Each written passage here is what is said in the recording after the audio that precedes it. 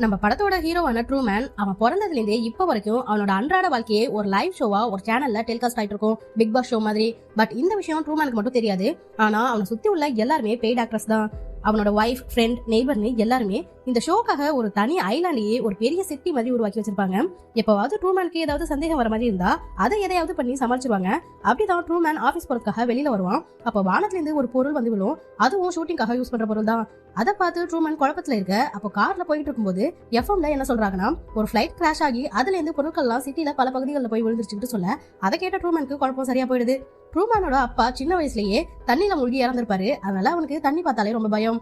அதனால ட்ரூமேன் இந்த ஐலாண்டை விட்டு வெளியில போக ட்ரை பண்ணிருக்கவே மாட்டான். ஆனா அவனுக்கு பக்கத்துல இருக்கிற ஃபிஜி ஐலாண்டுக்கு போகணும்னு ரொம்ப ஆசை.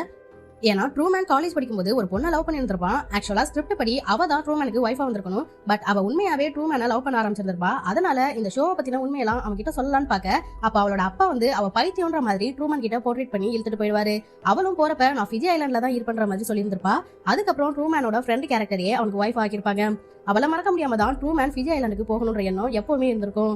இப்போ ட்ரூமேன் கார்ல போயிட்டு இருக்கும்போது ரேடியோல கிராஸ் டாக் ஆகி அங்க வாக்கி டாக்கில ட்ரூமேன் இந்த ரோடு வழியா வரா, இப்போ ஆபீஸ்க்கு போயிடுவான், எல்லாரும் ரெடியா இருங்கன்னு சொல்ல அதை கேட்டு இவனுக்கு ஒரு மாதிரி டவுட் ஆயிடுது. அதனால அவன் கார்ல இருந்து இறங்கி அவனோட ஆபீஸ்க்கு போகாம பக்கத்துல இருக்கிற பில்டிங் குள்ள நுழைஞ்சி ஒரு லிஃப்ட் ஆன் பண்ணா. பார்த்தா உள்ள லிஃப்டே இல்ல.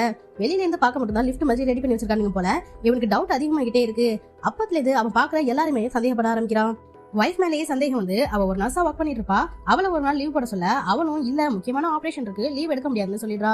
இவனும் அதோட விடாம நேரா அந்த ஹாஸ்பிட்டலுக்குள்ளேயே போயிட அவனை அங்க பார்த்த எல்லாருக்கும் செம்ம ஷாக்கு. அவனை எப்படியாவது தடுத்து நிறுத்தணும்னு பாக்குறாங்க. அவன் இங்க ஏதோ ஒரு ஆபரேஷன் நடக்குதுல, அதை நான் பார்த்தே அவன்ட்டு ஆபரேஷன் தேட்டரை தேடிக்கிட்டு போறான்.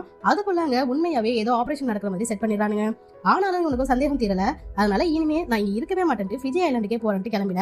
அதுக்கு ஒரு ரிவரை கிராஸ் பண்ணணும். ஏற்கனவே உனக்கு தான் தண்ணி பயமாச்சே, அதனால தைரியம் இல்லாம திரும்பி போயிடுறான். ஷோ பண்றவங்களுக்கும் அப்பாடா இப்பதானே நிம்மதினு இருக்க. மறுநாள் பார்த்தா எப்பவும் ஏந்திருக்கிற டைமுக்கு ட்ரூமேன் ஏந்திரிக்கல. என்னன்னு பார்த்தா அவன் பெட்ரூம்ல மட்டும் கேமரா இருந்திருக்காது.